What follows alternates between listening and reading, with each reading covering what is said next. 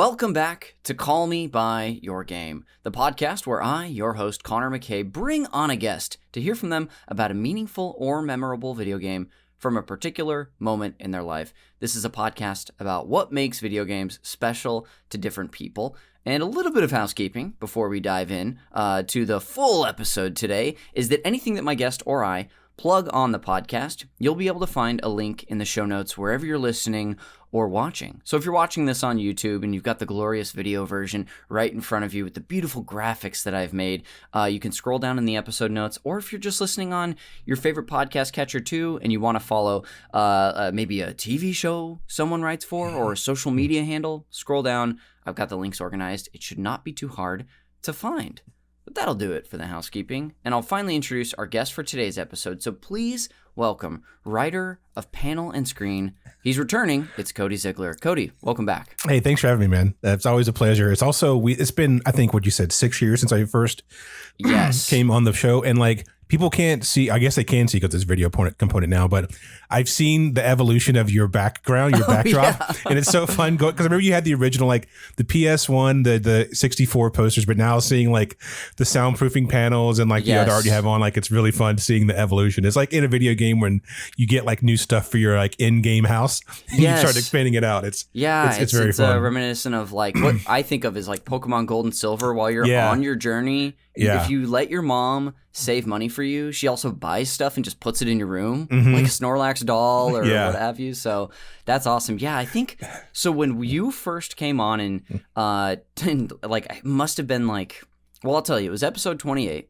Okay. I think that was around like June or so, or maybe July of 2020. My desk in this room was over there, and so we would have been facing the back wall here. Yeah. So we've just both evolved so much. That's the growth, baby. Yes, it is. Yeah. We've been talking around it, but Zig, you are a returning guest.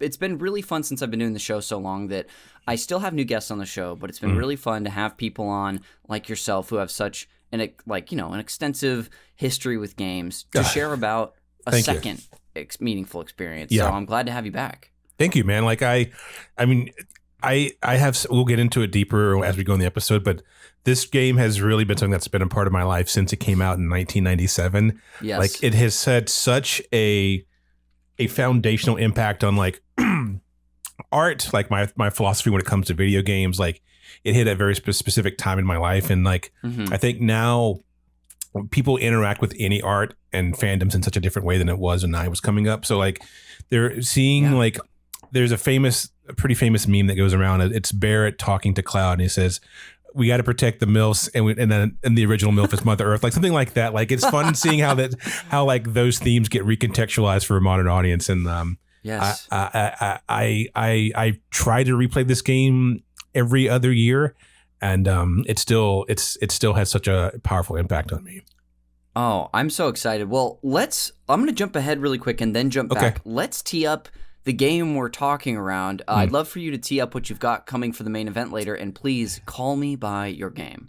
The game I will be talking about today is Final Fantasy VII in all of its aspects. So the original, remake and rebirth, like all of the I guess the totality of Final Fantasy VII. Like it's literally my favorite game. Every time I've been on your show and we've talked about our favorite games, it's always been on the top like 3 or 5 list. And I'm so thankful that I get to talk about why it's had such an impact on me today. I can't wait to dive in deep. Occasionally a game will be brought back by a guest to be discussed a second time. It's only there's a few games it's happened with. Diddy Kong Racing, I think, has been discussed twice. The Legend of Zelda Ocarina of Time. There might be a couple others, but this one, I think on episode 18, my producer and editor Jeremy Schmidt brought this game on. Yeah. That has been so long. I'm pumped to get another perspective. Yes. So as far as but I'll save that for the main event. But as far as your history on this show, I wanted to just go through your past episodes really quick. Yeah, please. Let's do it. So your first appearance, like I said, was episode 28, where you brought on XCOM 2, Enemy Unknown. Yeah. And I remember, like, I didn't listen to the episode before you and I started recording today. But I remember, I want to say that was a game you played like when you kind of first moved to LA. Yes. And I remember like talk of like a leathery couch you were on a lot. Yeah, Does that ring any bells? Yes, I was like in LA maybe like a year or some change like that. Yeah. I had my laptop and it was like the only Steam game that I was playing. And I was staying at I was crashing into my friend's guest room, and I would always play it like on this, like sitting in this like leather couch.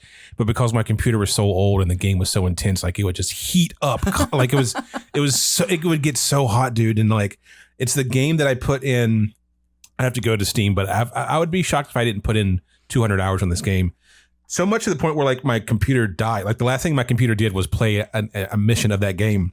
It died doing what it loved. It died doing what it loved. But like it was as a game that like I've heard a lot about, and like I had a roommate in college that played the original, like, 2D XCOM.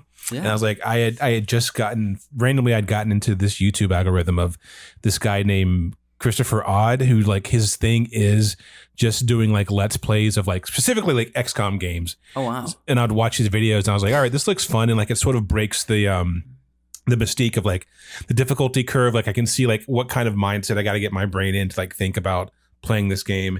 And like once I got into that mindset, like I beat the original game. I went back and got the expansion packs. I then like a couple of years later, I got the port on the Switch, which again, it barely runs. Like the Switch is about to explode while you're trying to play this game. But like it is like it was one of my favorite games, and like it was one of those games where like I didn't have money because I was broken working at UCB, and like I spent so much time on XCOM on my laptop, and like I still have the laptop here. It doesn't work, but like wow. I still think about like the hours I spent up till 3 a.m. playing XCOM. Incredible. The episode's great. I hope people consider going back to listen to it. That was your first appearance. Mm-hmm. Then you've been I've had you on for 2 of the co-op episodes, which you'll remember are like the group episodes where we more focus on an overview about one game. It's less of like the personal, intimate look into one person's time with it. But you were on a couple early ones actually. Mm-hmm. On co-op episode 5, we discussed Shadow of the Colossus. Yeah. With Alec Robbins and Roxy Poke, and that one, it was like fresh off of me playing it for the first time. Yeah. But I'm so glad you could be on that one too. I remember the first time that I played that game, and it's the closest thing at the time that I came to like capturing the energy of like a Miyazaki film. Oh, sure. Like it's beautiful. It's also like haunting and sad. It reminds me of this interview I read from, I think it was maybe a director or maybe an art director for Elden Ring, and he was talking about how when they would get these early designs for like their monsters, like some of their concept artists would just have like blood and guts and stuff. And you're like, this isn't scary. Like this is like quote unquote scary, but like what we're trying to capture is like the sadness and haunting of like an elder god dying. And like playing that game was the first time, like in retrospect, like that game captured that feeling so accurately. Like it's sad, it's haunting, like you feel bad when you kill these colossi, like they're just doing their thing, and like it was such a powerful experience. I do want to go back and play, like they did like an HD remake, right? Is that correct? Yeah, that was the 2018 Blue Point remake that I think we were mostly discussing. But I also have the original on, well, it's not, I guess it's a port. I have the Eco and Shadow of the Colossus 2-disc PS3 set. And I kind of want to go back and play that one now too, since I never really played the original. It's I only had the PS. I think it was the PS2 or PS3 that came out on originally. PS2. Yeah, I have the original PS2, like like GameStop $20 sticker atop the top. I have to dig it out, but like I also would like to go back and give it a playthrough. Oh, I love it. A couple years, I guess just a little over a year later, you and I were both people who were early on Halo Infinite. So me, and I think it was just Teo Yang joined us, and we talked about like the campaign and the multiplayer. I think like a month and a half into the game, and now it's been around forever. Yeah, it's funny because Halo, I'm sure I said this in the episode, but like Halo 1, actually the entire Halo franchise was the first like first-person shooter where I got super locked in. Like, not just the game, but like the actual lore. Like, I read all the books. I was reading the comics. Like, I was so into that world. And like, it's funny that like Halo Infinite was sort of like their take on like a Ubisoft like open world hub game, which was like fun and interesting and stuff. But like truly, they had all the stuff that I wanted to play, but then they just gave him a grappling hook, and it made the game so like infinitely more fun for some reason. Like I don't know why that small detail, but being able to sling around this like giant halo as like Spider-Man was so fun. It was such a fun game. That really, I think, is like half of.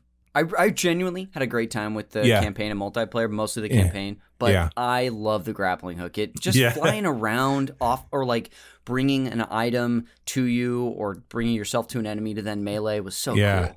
Did they do any more like DLC for like the game as far as like story stuff, or was it just multiplayer DLC? I think it was only multiplayer, and I really didn't play it much after that January. I think that we did this. Yeah, same here. Like I did a little bit of multiplayer just to get that sort of like nostalgia rush, but I'm not a PvE guy. Like it's just or PvP guy. Like it's just so it's so stressful at this time. Like I'm just not built for it. You know, I can't do it anymore. Yes, I feel you. And then your most recent appearance, actually a little less than a year ago, was on episode 246, the top 10 games of all time, part 10, where you, Nick Limon, and Heather Woodward came on. And that, I mean, that was, sometimes I get groups of, and you knew Nick already. Yeah. I don't know if you knew Heather before that. I knew her kind of tangentially from like UCB stuff, but never actually like met. Yeah, it's sometimes though I like I'll bring, it's like, okay, I brought 3 best friends on, or like you guys, I was like, I think this group is gonna really get along. And I mean, it was only 2 hours that we hung out, but that was so fun, and so fun to hear your top 10 list, including the games we're gonna talk about today. Yeah, that was a great episode, but also it was great because I got to steal recommendations for games. Oh yeah. Of course I never got to play any of them because my backlog is already so jammed packed, but it is fun to keep some stuff on the docket to like dip into whenever I get like you know, sometimes I get a weekend off and I'm like, I don't want to play the same games. Like I want to play something different, and it's always fun to like try something new. Absolutely. You know, so that's your history. We're adding a 5th entry today. Before, but what I want to do now is, as I was telling you before the podcast, catch up a little bit on what video games have been like, or your relationship has been like with games since you first came on. And I know that's 6 years ago, kind of a long time to remember. Yeah. But I think I'll start with like a very broad question, which is, have you seen any trends in the way that you play or interact with video games since then? Yeah, I'd say the past 2 years has been a progression for me from, I used to play, I know this, I'm going back a little bit, but I used to play like the giant AAA tentpole. So honestly, the best year for me, contemporary when it comes to video games, was the year that Last of Us 2 came out, Ghost of Tsushima, and there was one other like giant game that came out in the same year that was all incredible. Maybe it's like God of War or something like that, but it was like 3 densely packed, beautiful video games that would take like anywhere from 30 to 60 hours to beat. And I was like, games can never get better than this. Like, can we get much higher? The answer is no, we can't. We peaked. And I think after that, I started shifting more towards like multiplayer games, which is something that I haven't really been into. Like a lot of like Helldivers 2 took up a lot of my time. Like I think I've put in, like I clocked it the other night, I put in like 590 hours on that game. Like that, I got into a little bit of Arc Raiders. It's not really my scene. I don't like extraction shooters. Like I just said, I don't like PvP. It's very stressful. But the thing that sort of enticed me to that game is this sort of like natural, like this like ecosystem that sort of bloomed where this is one of the first, as far as I know, extraction shooters where players will actively not harm other players. Like they have sort of certain lobbies that sort of naturally progress where like this is like the more like aggro player versus player lobby, and this one's more of like a, you know, you'll be on edge meeting new players, but they will help you and like help you get the goal and get the stuff that you want to get out, which I thought was really fun. I've never seen that before because I was actually very turned off from extraction shooters because again, I'm not a PvP guy. Yes. And I did a little bit of Destiny too. But I think, as I was saying before we started recording, is that like sometimes I like variety, and like I felt like, you know, you're playing these games, they don't really end, like they're just sort of open-ended ways for companies to keep making money, which is like fun. We live under a capitalist society, whatever. Yeah. But I was having an inkling to play, or an itching to play a beginning, middle, and end single player game. And I think I did Resident Evil 4 remake. One of my favorite games. Like I love the original. The remake was fantastic. I think I said on Get Played, it's a capital V video game. Leon is drop kicking and suplexing people. Like you bash someone's head in and like ammo pops out. Like I love that. So like I wanted to get back in that. So I did Resident Evil Requiem, the new Resident Evil game. Right. It was so great. I had missed the past couple of iterations for Resident Evil. So if you don't know, this one kind of splits the difference. The past 2 or 3 entries of Resident Evil has been straight up first person horror. Like you're not a tank, like you're not John Wick. You are like you're very ineffective at dealing with the enemies. And like this game sort of splits the difference where like half the campaign is you're like first person, you're not a military person. You're just a regular agent and like you're running for your life. And the other half is like Leon Kennedy doing John Wick, and I played the game. I beat it. I loved it. And as I was telling Connor, I got so into it that I started to do like speed running where you could get certain achievements and you get like weapons unlocked. And like it got to the point where like sometimes I just wake up and be like, I got like 3.5 hours to kill. I'll just speed run Resident Evil 9 real quick, to the point where like I think I've beat the game maybe 10 times. And like most of those times have been under 3.5 hours. Like I would just like run through and beat the game because it was such a fun game loop.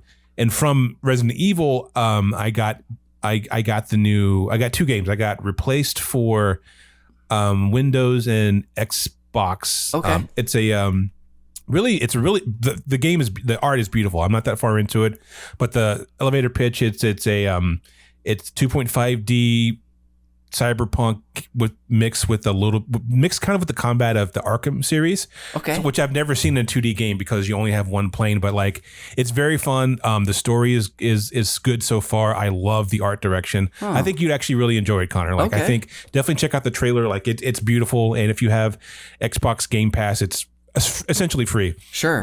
I've been doing that, and sort of on the opposite end kind of like the thematic spectrum is a game Pragmata, which I'm only like 2 hours in, and it's so fun. And again, capital V video game. You shoot some people, you shoot robots, they drop ammo. Like it's fun. It's a little bit of Metroidvania where like you have these hub worlds and like some areas are blocked off until you get upgrades and you come back. Like it's really fun, and they have this really interesting combat system that is the most interactive I've ever been in a kind of third-person shooter, where you have a main character with like a guns and stuff, but then you have a helper character who's like literally on your back the entire time. And she's Diana, right? Diana, yeah. Yes, I've heard. I haven't played it, but I've heard. She's a disgustingly cute kid, and like so far the themes are all about like found family. It's just like a good heart pull. But in order to defeat these like robotic enemies, you have to first hack them first. So like you'll be actively like parrying and dodging and shooting with one character, and then also you use like the square face buttons to like do the actual hacking. So like I've never used more buttons on my controller at the same time. Like it is so much happening, but it's so fun. And it's been nice having that palate cleanser of like, here is a dedicated story that with focused themes, and like we're gonna have this level leads to this level leads to this level, and in maybe 10 to 15 hours the story will be told.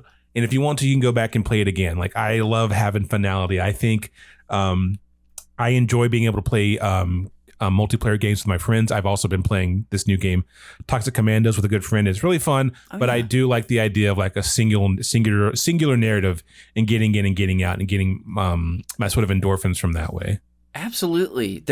I can relate to having a different appetite at different moments of you know what I'm craving right now is a single player 15-hour story game. Yes. And then sometimes I'm like, it'd be kind of nice to be social and like really get into some systems or whatever. Are you a social gamer, or a multiplayer gamer? Like do you do like Marvel Rivals or any of that stuff? Almost none. Okay. Like my social gaming has really dropped. I feel like I get a lot of that appetite or that itch scratched from chatting with people so often about games. Yeah, that's true. Yeah. Funny enough, this is kind of the first time I think I'm realizing and articulating that. Yeah. But I have had seasons where I can't stop playing games socially with people. I feel like I'm usually playing, if I do that, it's more like I wouldn't even necessarily say like the friend slop style of game because I missed like Peak. I missed a bunch of stuff. Yeah. But I think the most recent heavy season I had was with the first run of Fall Guys. Where yeah. It was kind of a pandemic game where I would get together with friends on like Zoom and we'd play for an hour. But no, I still don't dive in that much. Yeah, I sort of got into it retroactively. Like I said, I did Helldivers with some friends, and then that evolved into Marvel Rivals. And now we just have like a group chat Discord where like maybe the same half dozen guys will like play stuff. Yes. And it became a nice way to like catch up with friends that like I truly don't see that often. If I see them, maybe once a year for like a birthday or something, like that's how we see each other. But through like Marvel Rivals or whatever game we're playing, like that's how we sort of keep that connection. It was very fun, and I still love doing it. But sometimes it is nice not have to. I got to rally the troops to play a video game. Being able to be like, I just need me, an internet connection, and my TV so I can play, Pragmata or whatever. Like that. Totally. That is a nice pressure off. Yes, that's great. I wanted to dive into something the way you were talking about. Well, first of all, it sounds like Capcom is just your company, like between right now. Pragmata and the Resident Evil games. Yeah. But it's so interesting to me talking about how you've embraced Requiem and it's become like sort of a speed running activity for you. Yeah. Because I don't know if you'll relate to this, but playing through a game like that for the first time, especially the survival horror sections as Grace, I'm just so slow. So meticulous. Dude, yes. So I love hearing that it's something that's always been so fascinating to me, which is something that can be so scary and so intimidating. People learn it and are like, let's blast through this. Yeah. It's so cool. It's so funny. I had the exact same thought like that. I was crouching the entire time as Grace, being like, if I saw a shadow move, I'm running back to the safe room, making sure I have ammo. And it's funny because I had the exact same experience the first time playing, where I think it took me about 13 hours to beat the game the first time. And once I started speedrunning, like I watched one speedrunning video, and like it was fun being able to see like, oh, these are how the mechanics work. And this is how I can then manipulate them to my advantage. So like this is like this one small trick that this is the first time like I locked in, was like the first time, spoilers if you haven't played the game, but like it's pretty early on, but the first time you were Grace, and I think you have to get like a lighter, and then you go into this room and like you open a door and like a dead person falls on you, and then you meet the lurker. Yeah. That dude, I watched no videos. That scared the shit out of me the first time. I remember sitting in front of leaning forward at night, playing my game. No one's in my apartment. I'm being like, nope. Like just out loud having such a visceral reaction. But there's a trick where when she starts chasing you, if you just like pop around the corner and you wait for her foot to make like one extra frame, you can then dash behind her and then get into the room. And then when she turns back around, there's like a little cart that you have to move to get on top to get like a wrench or something. When she comes back in, she'll knock the cart directly in front of you. So just get on in and you turn around and then get it, whatever. But like it truly cuts what would be like a 5-minute encounter down to like 45 seconds. And once I did that, I was like, oh, this is fun. And now it just becomes like using the enemies against one another. And I don't know, it was such a fun skill. And like I've never speed ran anything. And like it was very nice being unemployed, one. So I had the free time to do it, but being able to gain a deeper appreciation for a game in a context that I would never normally have context for. Like it was very interesting, and like I'm very curious to see if there are other games that I can do that for that don't require like, plus one frame data or whatever, the super intricate stuff. Like just being able to use like in-game tricks that anyone can do. That's so much fun. I've been I'm kind of a recent Resident Evil convert. About 2.5 years ago, we played Resident Evil 2 Remake for one of our Games Club series. Oh, I just got that. I haven't played it yet, but I just got it. Oh boy. That's actually that's probably my personal favorite one. Okay. Overall, I love the Claire and Leon 2 stories that intertwine, and there's inconsistencies, but it's so cool. But we did that, and then I also last year at this time we were playing 4 Remake for Games Club. And so I fell in love with the even more like campy, like action nature. His quips. Yes. Like what you're saying about a 9 or Requiem being this like blend of the two styles of genre that they have leaned into, Mm-hmm. it's like a masterpiece kind of. Yeah, it really amazing. is. Yeah, I think it might be so far my favorite game of the year. Like, I mean, I haven't played Yote yet. I'm sure there's some strong competition, but like, it's truly the most fun I've had playing a video game in a very, very long time. Yeah. Did you play the Resident Evils at all growing up? Because I didn't. So I had a PlayStation 1, and like we would go to Choice Video, which is like our Showtime Video, which is like our rental store, and I'd rent them, but I never really beat them. I rented 2. I went backwards. I did 2 and then 1. I was like, 1, it feels so clunky, and it's not.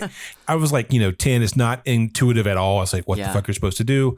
But the first one I actually beat was Resident Evil Nemesis, the third one. Oh yeah. Which is like a little bit more action oriented. It was like the most action oriented of the ones at the time. I played that one, liked it, and I did the Dino Crisis games, which are like sort of Capcom's like Jurassic Park equivalent of that. Yeah. And like I really enjoyed those games, but I wasn't until Resident Evil 4 for the GameCube that I like got into it and then retroactively got back. Like I did Code Veronica, really enjoyed that for the Dreamcast, but I always missed Resident Evil 2 specifically and Resident Evil 1 just because I feel like this maybe it's not controversial, but I feel like the Resident Evil series didn't really find out what it was until like 4, like or at least it didn't get the stage of evolution where it changed dramatically to 4, which just became like action, horror, a little bit of espionage stuff. And like, I know 5 and 6 weren't quite as well received, but I really do enjoy that aspect of it. So like, it was a little hard going back to 1 and 2 with that being, having dealt with like 4 first. But I think one of the things that have enticed me about the remakes, and correct me if I'm wrong, is that I think they probably lean a little bit more. It seems like they lean a little bit more horror than action, but they still do have those sort of quality of life updates as far as like no tank controls. You can like actually aim down sights like as like a third person shooter, like all the things I sort of wanted. It's just like Leon's not John Wick just yet. Yes. Okay. I'd say 2 especially. Okay. It does lean farther into the horror, but there are, like you said, quality of life stuff where you feel like, especially when you get a handle on the characters, the world is still hostile, it's dangerous, but you feel equipped to handle it most of the time. All right, cool.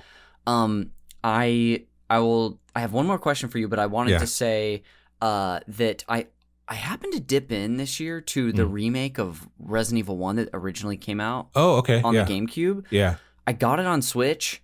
I also love that game. Really? Okay. It still has tank controls. I think there are some minor control options you can do, but I recommend if you're curious, checking that one out too, because I think it might work for you now. I check it out because I mean, honestly, it's going from like PlayStation it's so hard. It's such a specific aesthetic, and they had limitations with the system itself. Like it's so hard going back and playing a lot of those horror games because it's it's not having 12 polygons like walk towards you isn't really that scary.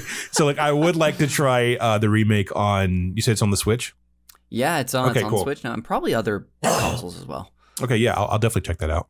Awesome. The final question that I've got for you during the segment is, what is a game that you have your sights on playing? This could be something that's unreleased or another game in your backlog that you've just been kind of itching to get to. Ooh, that's a good question. I think I may have 2 answers. Okay. One of them is Ghost of Yote. Yes. I loved the original Ghost of Tsushima so much. I thought it was just aesthetically beautiful. Thought the acting was fantastic. I think as far as open world games, like I always think about this in terms of like filmmaking, which is like you take someone like I don't know, Tarantino, and then you put him up against someone like who tried to do like sort of an imitation. Like I think about Ghost of Tsushima and the Assassin's Creed, whatever their the new one. Yeah, the one that took place in Japan, which was like it was like fine, but it wasn't as precise, I think, as Ghost of Tsushima. It didn't feel as finely tuned. Like it was a game that you can very much feel, oh, this is like the framework is there because there's like 5 other games, and this has like been like a new coat of paint flashed spray painted on it, which is like, I know the developers and all the people were involved put a lot of work into it, so I don't want to besmirch that, but it just didn't feel as focused as Ghost of Tsushima. And like I love Erika Ishii's work, obviously, from like, you know, the comedy world and video games, but I really want to have like, I need 40 hours set aside over the course of like 2 weeks to sit down and play this game. Like, that's what I want. Yes. And as far as like the other backlog, sort of on the opposite end of the spectrum is, I think I want to like actually get down and beat Tears of the Kingdom. Like, I bought it when it first came out. I got it with you. Yes. Oh my gosh. Yeah. Yeah. That's I got incredible. it with you. I did not have time, and like, it's one of those things where I believe the like sort of intro is like 5 hours, like that's sort of like you're in like the sky world, and then you make it down. And I was like, I think I built like a crappy like pickup truck and was like driving around, and like I accidentally blew myself up and I fell down a hole. I was like, man, I'm falling a long time. And then I hit the bottom and I realized that there was like a whole nother world underground. I was like, I know I don't have time to, I really need like truly like 100 hours to like, I think, thoroughly explore this world the same way that I did with the first one. And again, like the first one, I bought it, set it down for years, and then finally I picked it up one day and fell in love. So like, I just need dedicated time to like thoroughly enjoy this world, because it's large and stuff, but also adding the mechanical engineering aspect is just, it's exercising a part of my brain that I just don't have developed at all. And it's hard for me to like process the shrine temples, like the sort of puzzles. Like, my brain's not thinking at this level yet, and I need to like get into it. Yeah. I wouldn't have guessed that I would enjoy or attach to the building aspect of that game so much. I was kind of worried about that going into it. Yeah. But I ended up like, I wasn't someone who was building things you would see on like Twitter or Instagram or Blue Sky where they're like creating Metal Gear. It's not for everybody, but I loved it. So maybe your next period of unemployment, you could like give it a go. Yeah, I would really like to. I have like a lot of my friends love this game. One of my dearest friends, she loves this game so much, and it's just like I just need time to focus. And honestly, I'd probably just do a fresh start because it's been so long, and just come into it with like a blank slate. Yeah. Do you have the Switch 2 at this point? Or I do. Yeah. Well, I'll recommend when you do that, they have like, and look, it's you have to pay like $5, I think. Yeah. But there's a $5 upgrade with your original cart, where it'll run in 60 frames per second now. Ooh, okay. And it's unbelievable what a difference it makes going from 30 to 60. In that game. Like, I turned it on just to try it when the Switch 2 first came out. Yeah. Because it was like a launch day thing. Yeah. And it was just spectacular. So let me know if you ever dive back into that. That's genuinely tied for my favorite game of all time with Majora's Mask. Okay, like, I'll text you for sure. It really captured me. So yeah, but dude, thank you for diving into some of your more recent history with games. I feel like we probably could have just talked for hours about this stuff. Yeah, this is my last thing I'll say. Yes, I've been playing the game Toxic Avengers so much, or Toxic Commandos with my friend Maria, that I got a thing called Gamer's Elbow, and I have to I've been wearing this like this like knee, this like arm compression thing because I tweaked my elbow from playing so much of that game. Yes, was it just in a like bent position or something? It was in a bent position, and like I had worked out 2 days back to back. I was already feeling like the tendons were already sore, and I went to extend my arm, and I heard like a pop, and I was like, oh, that's the first time. I definitely got to start taking breaks when I'm playing games now. Wow. I guess we'll call it a badge of honor, a gamer injury. Yes. And hey, seeing the brace, that's something only the YouTube viewers are going to get. Sorry, that's the audio premium. Listeners. Yeah, you got to pay for that, baby. Well, this is so much fun. I'm really glad you threw that in at the end there. We're going to take a quick break. When we come back, we'll finally get into all things Final Fantasy VII for the main event. So Zig, I'll see you on the other side. Cool.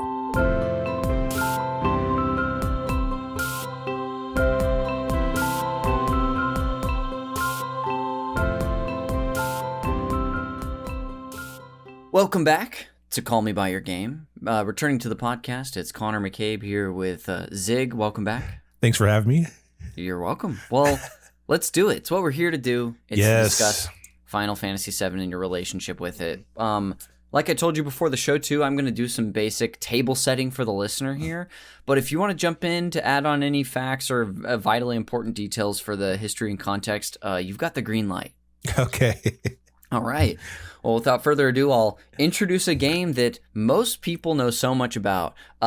Here we go, regardless. Final Fantasy VII is a turn-based RPG developed and published by Squaresoft, originally for the Sony PlayStation in 1997. The game follows Cloud Strife, an ex-soldier turned mercenary who bands together with eco-terrorist group Avalanche to stop a world-controlling megacorporation Shinra from destroying the planet's energy source. There's so much more to the story. Yes. But that's kind of, I guess, the opening 7 hours or what kicks and then it takes us a off. big swing afterwards. It takes a real big pivot. It sure does.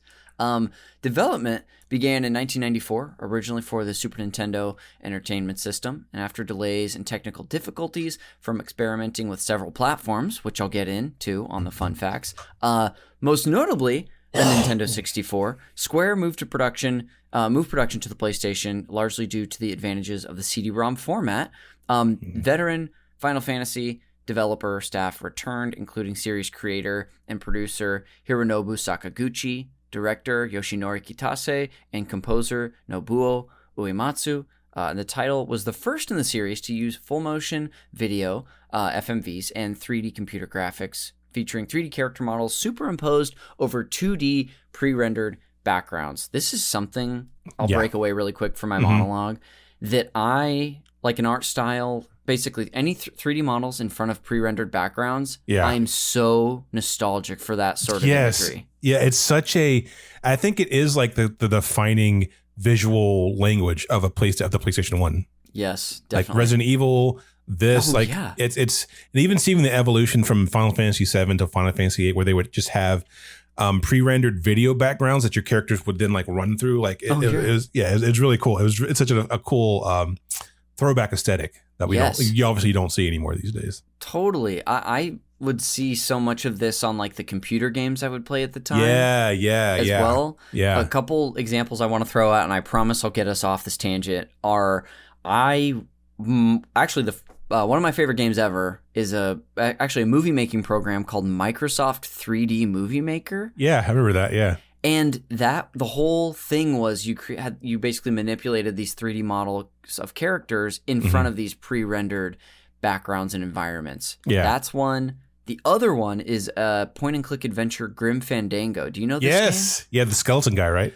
Yes, actually, I love it so much. It's my little phone case, Manny Calavera here. That is just so when I first played that game way late, I think 2 or 3 years ago, I was having nostalgia for something I had never played because of the combination of art style. Yeah.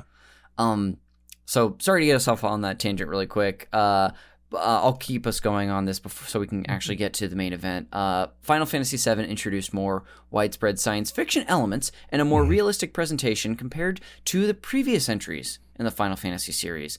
The combined development and marketing budget amounted to approximately $80 million as far as U.S. currency goes, which was the most a game had ever been spent on a game at the time. Budgets have destroyed those figures at this point in history. And when this game was released, it received widespread critical acclaim. It's considered to be one of the greatest and most influential games of all time. The characters are so iconic, influential, magnetic. It won numerous awards, and it's continued to live on too. And something that you were letting us know we're going to get into a little bit with the I guess you'll call it the remakes or the continuation of the series with Final Fantasy VII Remake, which released in 2020, and Final Fantasy VII Rebirth, which released 2 years ago in 2024. And it's a part of a whole remake trilogy. So part 3 is coming. We have there's not been an official trailer or teaser or anything yet. Yeah. I'm still holding out hope that maybe at some point this year we might just get a little tease for a title or I hope so. when it could be coming. I hope so. I as I'll get into it, it's truly my favorite video game series I've ever played and probably ever will play. It had such an effect on me, and I cannot wait to finish out the new trilogy, the new remake trilogy. Same here. I'm going to be there day one to do that. Yes. Well, did you have anything you wanted to include, Zig, context-wise, before we dive into your history with the game? Yeah, this is just more like a flavoring, but yeah, if for those who play Final Fantasy series up until this point, traditionally they had a thing called a job system, which is like your black mage, your white mage, your onion knight, like basically what we call now are just classes is what their job system was. And this Final Fantasy was the first one where they just got rid of that completely. Where like, all right, this is like the ninja character is going to be Yuffie. You can't change your class. Like the white mage is going to be Ares. Like that. In retrospect, something that I appreciate in retrospect is that like their update on like the whole job system was just making it so like every character is now just what the class they need to be, which I guess is probably more a thing that was happening around the time contemporarily. But that's just like a little fun fact that I always like sprinkling in. Yeah, you could do some customization with like the materia system. Yeah. In this game, which like I love looking at the different systems like this from game to game. Like I kind of love the Esper system in 6. I love the sphere grid in 10. Yeah. And the materia system is just a different take on assigning new abilities and magic spells to characters. Yeah, I think also because it was my first one, my brain is everything is now graded against how easy the materia system was, which is like, you want a fire materia here, you put it in your weapon, it makes your weapon have fire attributes. You put it in your armor, it makes it have fire resistance. Like now my brain can only work in that way when it comes to like intricate magic spells. And as you get leveled up, you could get these really fun, crazy, like game breaking combos where I'm sorry, I'm getting in the weeds so much, but there's this one where I think it was called like quad cut, and you could put it linked with basically linked with this material where if you get hit, you could then have an automatic reaction and go back and attack someone. So if you put quad cut with this revenge materia, if you got attacked, you would then go back and cut them 4 times. But then also they had a special materia called mimic where if you saw a character do that, that next character could mimic that. So you just have an endless chain of people doing the exact same command infinitely until the battle was won. And once you get to that area, or get to that like stage of playing, it becomes honestly it just becomes like a way to fuck with the game. Like it is very, very fun. It's very fun, like high level shit to get to. I love hearing because this is a game I have a decent amount of experience with, but not the extensive experience that like you or other diehards do. So hearing about the ways that people can manipulate and break this game with systems, I love that type of stuff in a video game. It's fun. I don't remember how to do it offhand, but there was this sort of famous glitch where you could copy and you could clone a specific item. And there's this one item called Hero's Drink, which it basically boosts your stats, but it wasn't that useful when you're playing the game because once you get to like level 99, everything's dying in a couple hits anyway. But if you cloned enough hero drinks and then you popped like, I think 10 of them to get your stats boosted all the way up, you could then get to a point where you could sort of like almost 2 or 3 round kill like any boss enemy. So like if you wanted to go after like these sort of high level, boss enemies called like the weapons that you can find, like if you popped a bunch of hero drinks, you could then like just sort of knock through all these ultra difficult bosses. It was very fun. Like I'm having such distinct memories of like being 10-year-old at like 3 a.m. Playing on my 5th playthrough at the timer's stuck at 99,999, trying to beat Emerald Weapon underwater. That's amazing. Well, let's talk about how you got into this game in the first place. Do you remember it coming into your life? Were you looking forward to it? Did it just appear one day? Yeah, it just appeared. So like, I was like, I think I was literally 9 or 10 when it came out. I was in 5th grade maybe. And I had just gotten a PS1, or my dad had just gotten me a PS1 and I was going to our local video store and like I saw the title Final Fantasy VII. I saw like a giant sword or like a cloud with, I thought it was like being like a hack and slash game. I'd literally never played an RPG. I had no idea what it was. So like I rented it. My dad rented it for me. I took it home and I was playing it. And I was like, well, I have to like wait. I don't understand I don't understand why are we reading so much. Like my brain wasn't comprehending, but like I remember like loving the music. Also, this is another context. Like I didn't have a memory card then because every game I was playing didn't really save. So like, oh my gosh. I remember I played for like 4 hours and I cut it off. And then I saw the next day that I had to start over again from the very beginning. I was like, Why? What is this? Like, it feels like a rite of passage for so many kids on the PlayStation. Yeah, I just truly was not able to comprehend what this game was, but I loved the music. I ended up loving the combat system, and it was the first game I played where that wasn't like a sports game where like there was like a black character in it, and like Barrett, which is like, you know, the tritagonist for this game, and like meeting him, like he had principles, like he was he was environmentalist, like he wanted to destroy these systems. So like I think what you spoke to earlier while you were reading sort of like the sort of byline is that it also was like it was like a heightened world where like, you know, crazy technology exists and weapons, but it was still pretty grounded. Like, you know, I know what a bar looks like, or like I know what a train ride looks like all that stuff. I think in retrospect made it easier for me to get in. And then like seeing how the relationships would sort of form and bond and build and stuff, like it really like switched something in my brain as a kid. I was like, I've never experienced this. Video games to me were like, I go from left to right and I collect a coin or like a mushroom. Like that's really all that I understood when it came to video games. Like I didn't know that there could be not even as a pun, like three-dimensionality to it. Like I know that we could have characters that you could fall in love with. I didn't know that characters could die famously in this game. Like it was a lot. And like I ended up making like one of my best friends in 5th grade because I talked about Final Fantasy VII. And he's like, I love that game. And then the next day he handed me a fucking guidebook, which these don't exist anymore, but there's like the official Final Fantasy VII guidebook, was like this fucking thick tome. It had all the information on the enemies, all the information on the materia, like cheats and like all like hack tips and stuff. And like it blew my mind. And it became a game that like I think a PlayStation 1 memory card held 15 save files. I think I would have at any point 7 save files, all of them maxed out when it came to like time, like 900, like 99 hours, whatever. Characters, every single one at 99. All the materia mastered level 99. Like truly, like I just knew everything about the game. Yes, because I loved it so much. And like it got to the point now when it got re-released on Switch before the remakes came out, they had this they had sort of a massive quality of life button, which is just 3 times X speed everything. So like I think I beat the game the first time around in like 15 hours, and like it got to the point where like I would wake up sometimes before work and I would have a save file before the final boss, and I would just like beat the final 3 bosses before I get my day started, just because I was so used to it. And like, I would switch up the teams and like give them weird materia and like give myself a little challenge. Like, it was just such a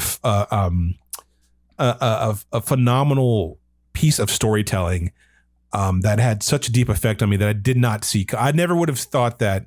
What was it? Almost like 20 years later, 30 years later, however long it's been, that I would still be not thinking about this game, but like actively having it be a part of me. Like, sure, I do this sort of goofy bit for myself sometimes when I'm going to a convention. Like I'll throw on the boss music as I'm walking into the convention, like as I like try to navigate it's so fun. Like there's a character, we can dive into this later, but there's a character, Yuffie, who is very well known in the game, who was one of my favorite characters. Like I loved everything about her, but she was the inspiration for like a character that I created for like for Miles Morales Spider-Man. Like it's just so part of it. Like if you're at home, Google the character, just type in and Google Inari Spider-Man or Inari Marvel. You'll see this like sort of ninja character is very much inspired by Yuffie. She's a thief. She's like a jewel thief. Yuffie's a magic materia thief. Like it just goes so deep in my creative being. Like I just can't fathom. I can't fathom what I would be, what kind of creative I would be if I did not play this game. Like the music, the storytelling. Like I mean, I feel like I'm repeating myself. I'll let you talk in a second. But like having like Cloud Strife as a 10-year-old being like, oh, this is not a perfect protagonist. Like he has his own, he has issues and he has things that he needs to deal with, and like his companions call him out on that stuff, and he has to better himself. Like just storytelling I was not used to seeing in video games, and it opened up a whole new reality to me. And I'm so struck that from what began as this almost like kind of like foreign object that you brought into your house, where you weren't totally, seemed like you like there were elements you were drawn to, but you didn't totally get what was going on or resonate with it immediately to becoming such an important pillar in your life is incredible. I think I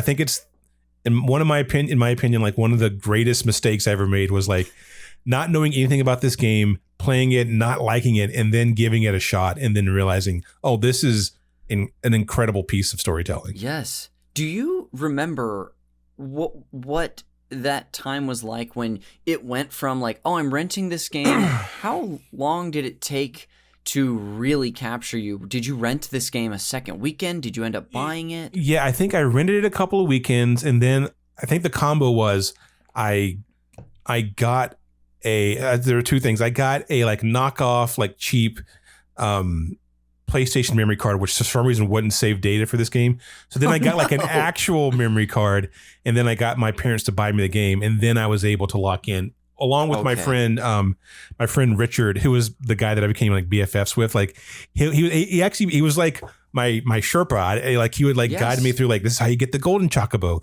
This is how you get, there's this, I remember I was desperately trying to get this summon spell called Knights of the Round Table, which if you don't know in the game, you can use these powerful spells called summons, which they summon like a giant demon or like a dragon, and they do a lot of damage. But there's the sort of the best one in the game is this one called Knights of the Round Table, and it deals the most amount of damage. And it just takes such a long time to get to it. You got to get a special type of like mount called a chocobo, but you have to get a one called a golden chocobo, which can go over mountains in the sea, and you have to do a bunch of shit to get there. But he like guided me through that, and I got it. And like when you pop Knights of the Round, it is the Knights of the Round Table, each doing an individual hit. So it's like it's such a comically long summon. It takes like 30 seconds to a minute. It takes a long time for it to happen, but you dealt an incredible amount of damage. And like I remember like getting that and like doing the process, like winning the like chocobo races and feeding them the special nuts, and then being like, oh, I'm into this game. Like I care about like the tertiary lore, like about these animals, like how do these animals work. Like I love that they just have like Las Vegas in this game, but it's that was a long way of me answering. Like once I got a memory card and I had the actual game bought, and I got out of like when I got to hour 6, because I could only get to hour 5 before. Once I literally got out of Midgar and realized that this entire world was open to me, that's when I like really was like, oh, I'm into this game now.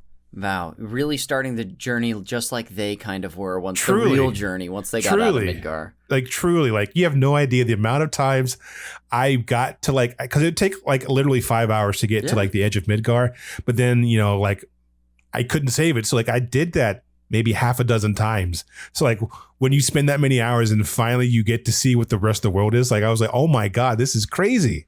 It's reminiscent of people of like what I remember people talking about of playing Ocarina of Time for the first time is doing the first 3 dungeons as Child Link and then realizing that there's a whole like 2/3 of the game left as adult Link and the world's different. It's similar of having the world opening up outside of Midgar in the world. That is incredible. I can imagine too, there's such a nostalgia I have for player's guides. And that era of like not having, I mean, the internet was around, but not having information as readily available or as easily accessible. Having a friend at school or from wherever being able to guide you. I had that, like, that was like my best, how I became best friends with my childhood best friend growing up. Was it with Pokemon? Was that what it was? Yeah. Yes. He, like, I didn't really know what it was. And he was like, here's this thing you should like. And then I would ask him about all that stuff. So it was I'm so glad that I got into it. And when the remakes came out, I remember getting that feeling again, like that nostalgia again. Like, oh my goodness, it's hard to explain. Like I think Remake was the first one. I did Remake. I obviously loved it. Like the music was incredible. Like the updates to the combat system was incredible. Like I loved that you get to sit in Midgar for a while because you're only in that game. You're only in it in the original game for like 5 hours, but like having that be predominantly what the entire game is. And also the game ends with them leaving Midgar. I was like, oh shit, this is just like me as a kid. Like, because I also spent literally 40 hours in Midgar and not being able to get out. Like it brought up all these memories and these feelings. And when Rebirth came out, the sequel to the remake, I got COVID. So like I was just like on my couch. I was like, fuck, what am I going to do? And like I looked and I had bought it and I hadn't opened it yet. And I was like, oh, I'll give this a try because I love this game so much. And I platinumed that game. I did every single side quest. I got all the special summons. It's sort of if you haven't played the game, you can explore the world, but it is like an open world hub game where like in this area you can do all these things, and it's sort of a Ubisoft where like you found like watchtowers and like you explore the map that way. But like I got all the weapons upgraded as far as they can get upgraded. I got all the material that I wanted to get. I even got the secret boss, Gilgamesh. Spoilers alert. Like it was just it was such an incredible game, and like I had such fun memories, and the soundtrack was somehow even better, and the combat system somehow got even more intense. And I couldn't believe that they made how much better it got from remake, and I thought remake was perfect at the time. It's crazy. And then like you also get to play a Sephiroth and spoilers like Zack, like all these characters that are in the lore that have such importance. But speaking to like the seeing the Matrix Code, you put so many hours into it. One of the reasons that I created the character Inari is because I was replaying, because I was playing Rebirth, and I've been dying to play Yuffie in this style because she wasn't really in the first one. Like you're sort of seeing the background, but you don't really play her.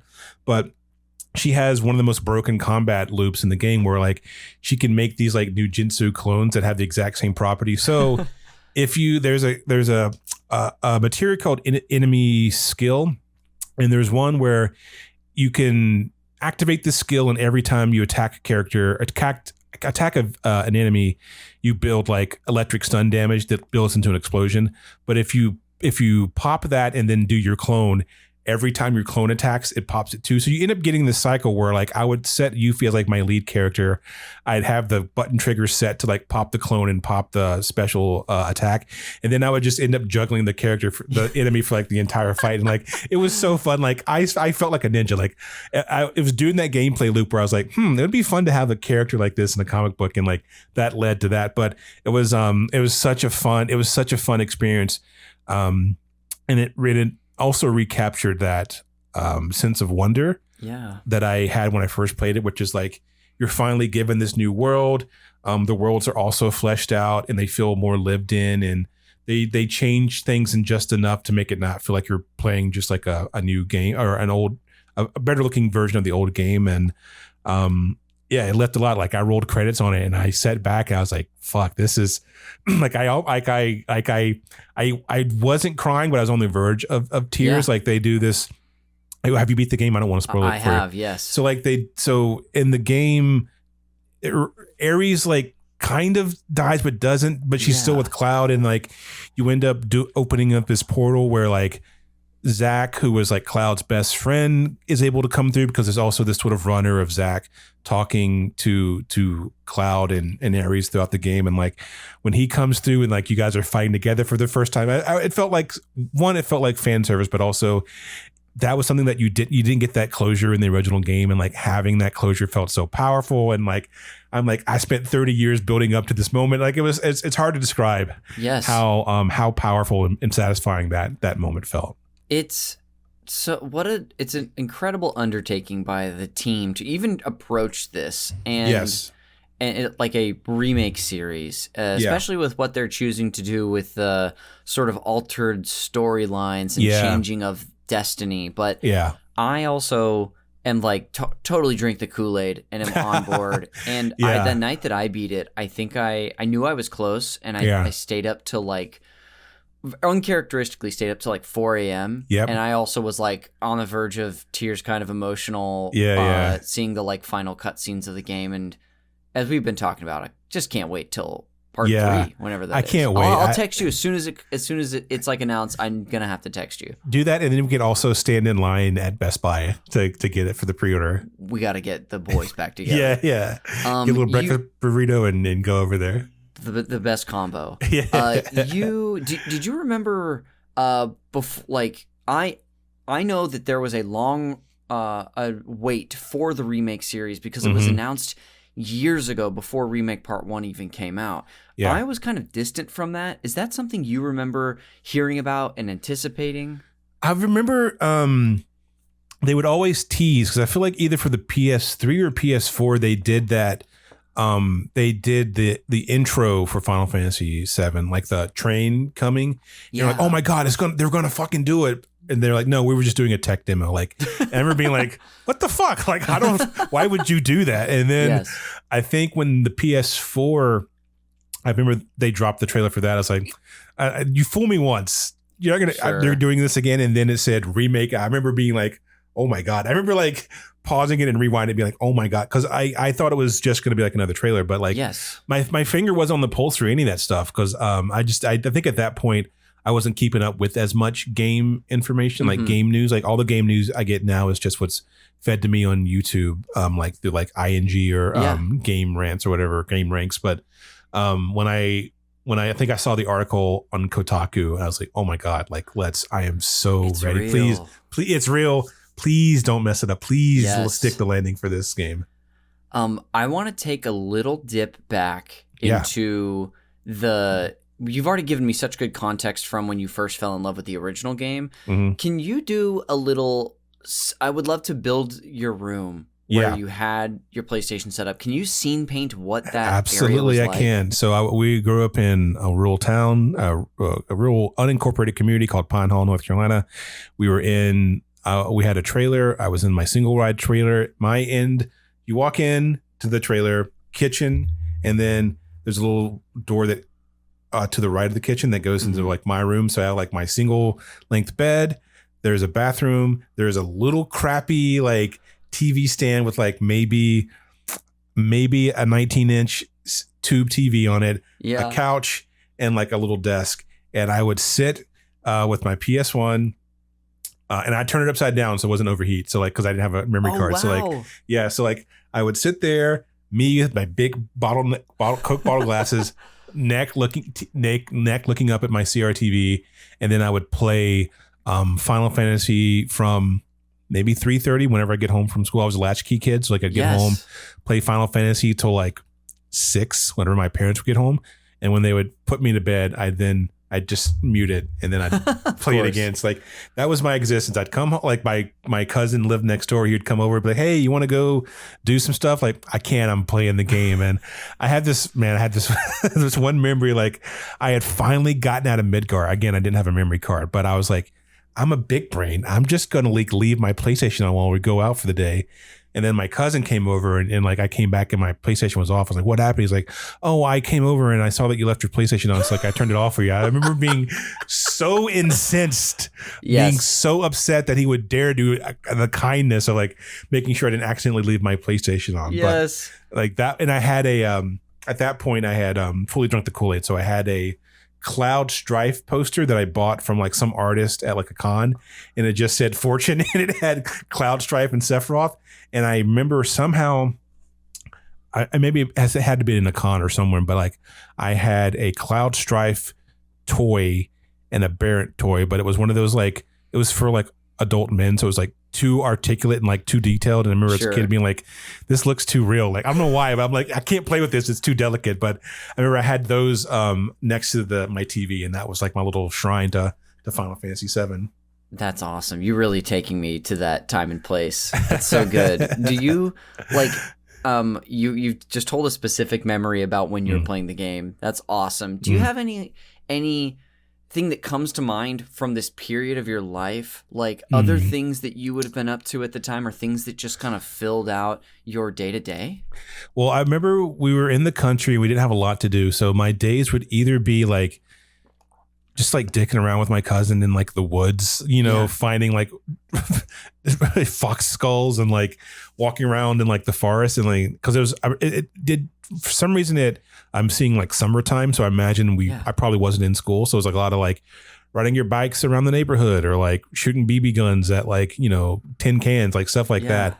And then when I would get tired of being outside, I'd go in and I'd play this game. I think the only other game that sort of pops into mind around the same time that I could see myself playing was, I feel like a lot of my gaming was either Final Fantasy VII or Toomba. Do you remember that game, Toomba? Was it a platformer? It was a platformer, sort of like cartoon sprites set against like a 3D background.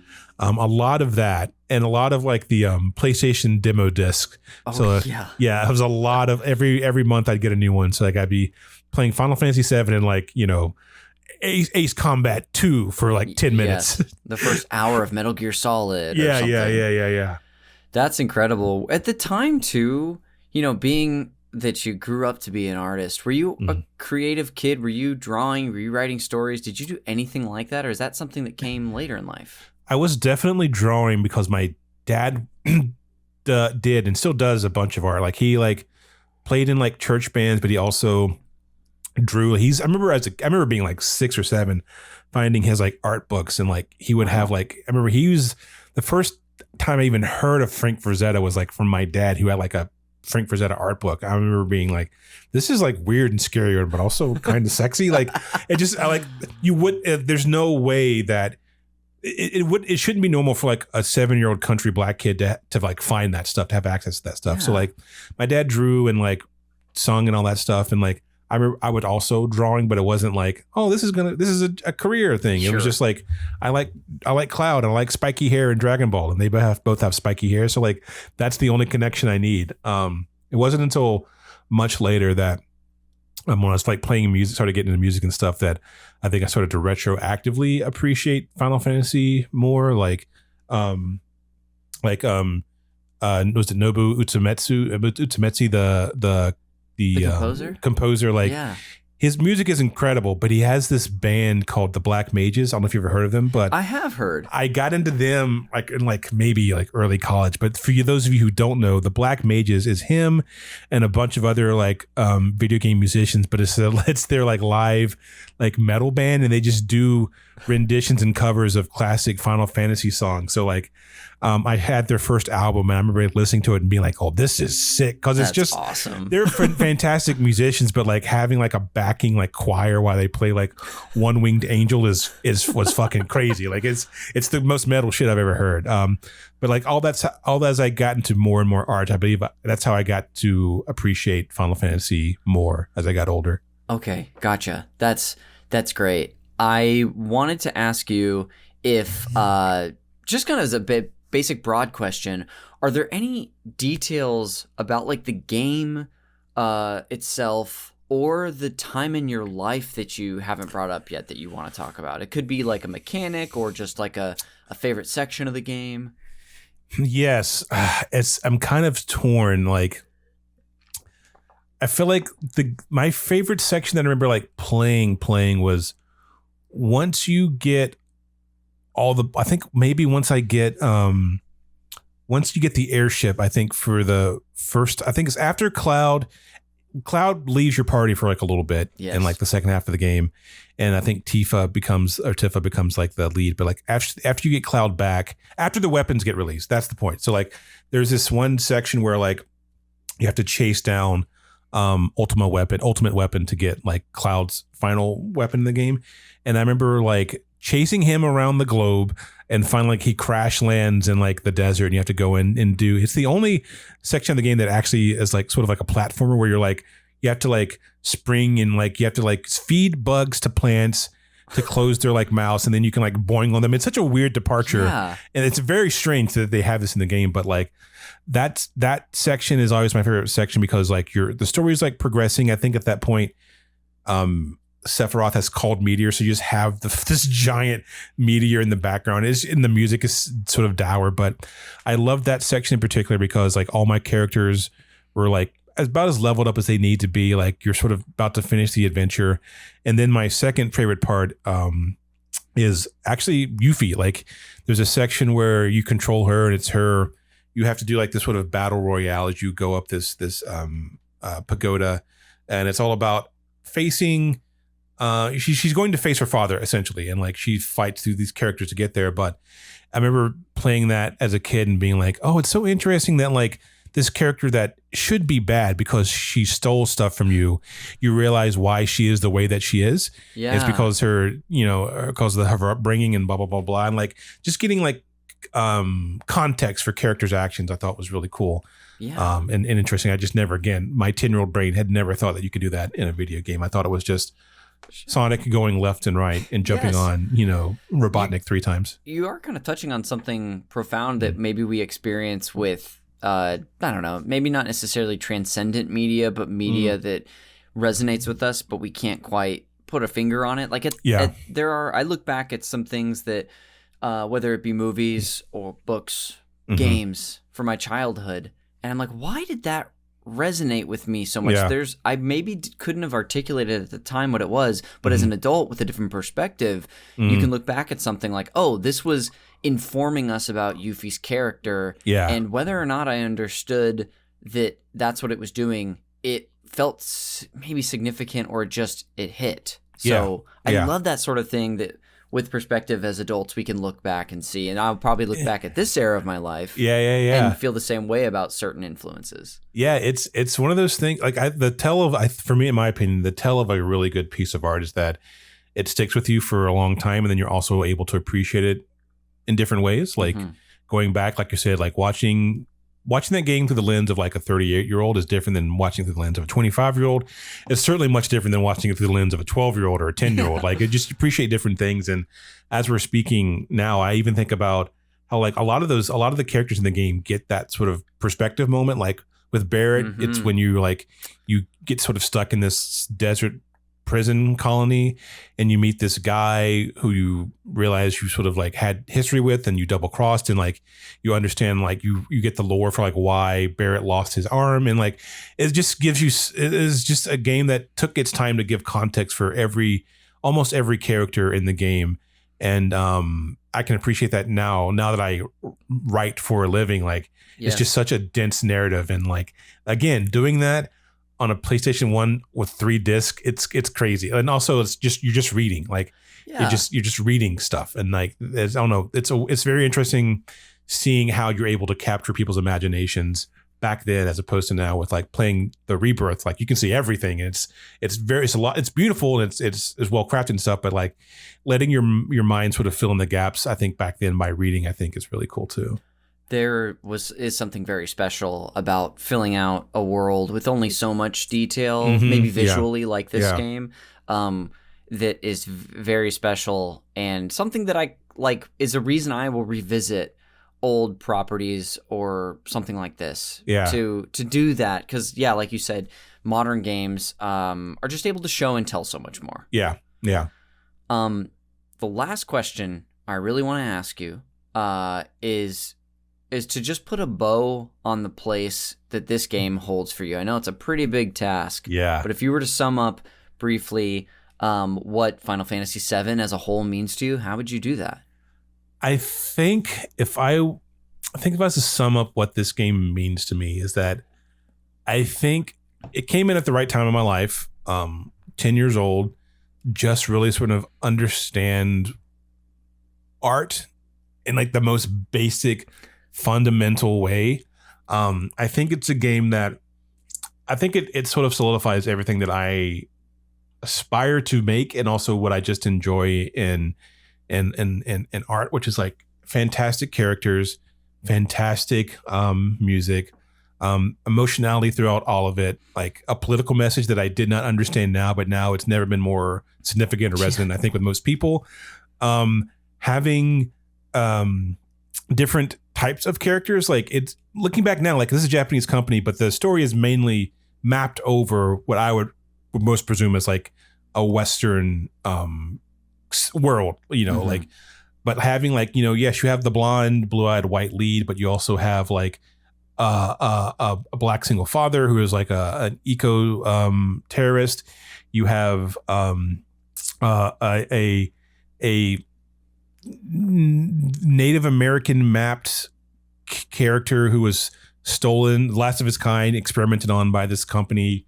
You have like a 16-year-old like Japanese coded like ninja girl who steals things so she can like fund her homeland, her destitute homeland, which has been sort of partitioned and apartheid by this conglomerate.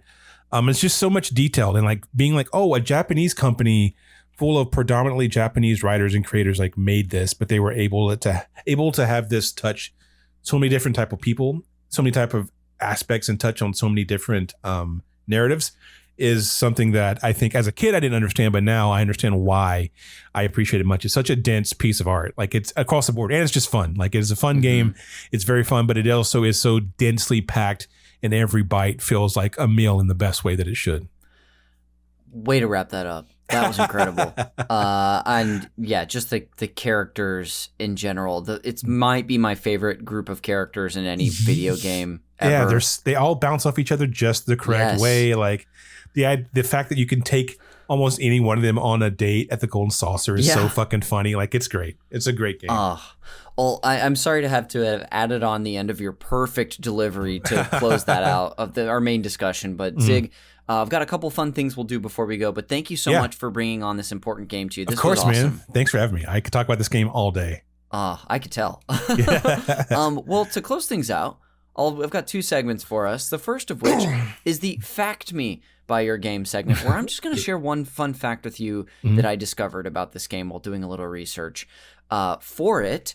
Well, we talked a little bit too when I was doing my sort of opening monologue about setting the history and context of this game, how it started development originally. Our development was started for it on the Super Nintendo. They eventually moved to the N64. Did you ever see probably not growing up, but since then, like those early videos of what like N6 or the rumors or the early videos of like the Final Fantasy VI characters in like the N64 models? Yeah, it was still like this sort of blocky look, right? Yeah. Very blocky look, but and I know that, funny enough, just on my most recent episode with my friend Patrick Ellers, he was discussing how Square games not coming to the N64 was devastating for him as a Nintendo fan. So he was already a huge Final Fantasy kid, and having all of that basically only go to PlayStation changed him. Yeah. Like he became a PlayStation kid because of it, like a lot of people. So this is not uncharted territory. People know about this. Yeah. But what I found interesting was that this N64 and the PlayStation weren't the only systems that Square was considering porting the game to. Okay. Or having it be established on, like the PlayStation. Yeah. So I'll just read this that I have here. This comes from Wikipedia. It has like 4 or 5 different citations here. So if people want to look that up, they will be available. But so let's see. Where do I want to start here? The long and short of it is, Zig, that they considered bringing this game to the Sega Saturn and Microsoft Windows like at the same time as the PlayStation. Okay. So I don't know what that would have even looked like, how different it would have had to look, but they're still CD-ROM based softwares. But I guess their decision was to ultimately go with the PlayStation was influenced by 2 factors. A highly successful tech demo based on Final Fantasy VI that we just referenced using the new soft image 3D software, and the escalating prices of cartridge-based games, which was limiting to their audience. So that ended up being the whole reason they went with PlayStation. I guess that there were tests made for an N64 version, which would have used the planned 64DD peripheral. Are you familiar with the N64 disk drive? No, that's the one that you stack under the actual the 64, right? Yes. Yeah. Never came out in the US. That's what I thought. Released in Japan. But of course, when that was that ended up not coming out here, and so they abandoned that idea because that would even further limit their audience. But there's some really cool information on this. I just never had any idea that it was even like, I'm imagining a world where Final Fantasy VII releases exclusively on the Sega Saturn. What does that look like? Yeah, because I'm sure, like, I think the Saturn had like better sound. There's something I remember. You can compare certain Saturn games to like their PS equivalent. Like, I think mostly I'm thinking of like Marvel vs. Capcom games or superhero games or fighting games where like the sound animation they could do more than the PS one, but also like no one had a Saturn, so like it would be honestly, I think if that happened, would be a situation where like it'd be like one of those like top 10 most like hidden gems, like one of the best games that no one really know about. Because I'm having a hard time imagining the Sega version crossing over to everyone. Like I'm very have a hard time seeing them doing a remake of Final Fantasy VII if it's on the probably Sega doesn't Saturn. Exist if that happens. Yeah. Anyway, that's the one fun fact I have here today. And the final segment is the game recommendations. Now, Zig, you may remember that this is my one forced tie-in to the movie Call Me By Your Name, where I am going to treat Final Fantasy VII as your passionate summer fling in Italy. Yes. Unfortunately, things aren't going to work out. You break up, and I want you to eventually move on. I think that there's still love for you out in the world. So I have brought 3 potential new flings for you that all have a little something in common with FF7. Okay. But before we go over these, I need to know from you, are you ready to get back out there? Yeah, you can call me by your game. Yeah, we can get back out there. I've learned, I've loved, and I've lived, so I'm ready. Very mature response. Well, here are 3. I've got 3 for you today. Yes. So I'll name them now. The first of which is if you want another epic JRPG on the PlayStation 1. You just want to be back on your old console playing another sprawling game. I'll recommend Xenogears. Did you ever get into this? I have that game. No way. I still have it. I still have my original PlayStation 1 Xenogears. I have it at home, my house in North Carolina. I played the fuck out of that game. Oh my I gosh. loved it. It is a beautiful sprites. For those who don't know, it is an JRPG meets Evangelion. And also meets like a kung fu movie. Like when you're like out of your mechs, you just do kung fu. But when you get in your mechs, you also do kung fu, but you're in a mech. I love that game. So cool. Yeah, it's such a fun game. I've wanted to play this for so long. I just need to find a way to emulate it. Probably. Yeah, it's one of those games where like I've been trying to find it legally because I don't have my PlayStation. I can't play the game. Yes. Because I don't have anything to play it on. But like I was hoping maybe it'd be like the PlayStation Store. But yeah, the only way that I can find is like an emulator. Yeah. So I'll have to. This recommendation for you is mostly for me, but I'm glad that's so fun that you've already played it before and loved it. If, this game is so much about stopping essentially a climate apocalypse from happening both from the corporation, but also from Sephiroth's meteor. Yes. So let's say you would actually rather rebuild the world after a post-apocalypse. That's more of what you're looking for. Let's say it was inevitable, it happened. I'll recommend a new title that I actually haven't played. Pokemon Pokopia.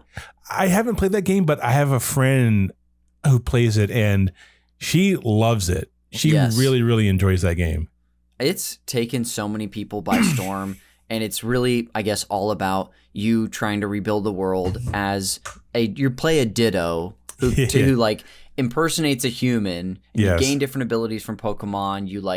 You do tasks for them. It's a builder's game like Dragon Quest Builders, where you're kind of building up environments and buildings. So if that's what you're looking for, Pokemon Pokopia is there as well. And lastly, is if you just can't let go of Final Fantasy VII and you want to get a little edgy and a little cool, I'll recommend a game starring a character that has not even come up on this episode. That game is Dirge of Cerberus. Oh, yeah. I didn't play that one. The Vincent Valentine vehicle. Yeah. The original Goth Daddy. Yeah. Yes. A game I didn't play, but I saw that I think it's on like a collection of like Final Fantasy VII alt games. I think I saw it on like the PlayStation Store or something like that. But I remember hearing not great reviews, but I also... I'll fucking play it. Like I got the I just downloaded the Final Fantasy Core Crisis, whatever the like. Oh, Crisis Core. Crisis Core, yeah. Yes. The portable, the PS portable ones. They did sort of a remaster built specifically for consoles that I'm going to dive into once I beat the Yuffie DLC. Dude, I also have been waiting to play Crisis Core for the first time. Yeah. Because it seems people love it. Yeah. But Dirge of Cerberus, I know this from my friend Kristen Thorson, who's a huge Final Fantasy VII fan. She played it on stream and she was like, it is mostly an oddity. It's kind of fun, but also kind of bad. But it stars Vincent Valentine, so I had to recommend it. Yeah. I'll check it out. I love those. They don't sort of make these like PlayStation 2, PlayStation 3 like budget shooters anymore. Yeah. Like there's this one that I really loved. It's very schlocky and not that great, but called Gungrave. Did you ever play that game? Gungrave. It sounds familiar. It's like you're just a guy. You're just like this brooding bodyguard or this brooding assassin who has a giant coffin on his back, and you use it as like a machine gun. It's great. It's really fun. Incredible. I'm seeing images now. That is quite edgy. That's great. I think $20 is how much it cost for me to get that thing from GameStop. Well, that's incredible. I'll go ahead and just recap the recommendations. We had Xenogears, Pokemon Pokopia, and Dirge of Cerberus. Yes. Zig, that'll do it for the game recommendations, and that'll actually bring us to the end of the podcast. So before we go and plug whatever we want, again, like we did at the top of the show, thank you so much for coming back, dude. This was great chatting. It's great. I love talking about video games, and I love doing the show. So anytime you want me back, I'll come back, man. Thank you very much. I'm gonna have that in writing if I have anything to say about it. But we plugged some stuff, I don't even know if we plugged anything up top. I maybe forgot to give you that chance. What do you want to plug on your way out? You know what? Check out, as we were talking about it, check out Miles Morales Spider-Man, specifically if you want to see the character Inari, who was very much inspired by Yuffie. Such a cool pice of lore. It's like, I had a fever dream. I was like, it took me a year, but finally got it in there.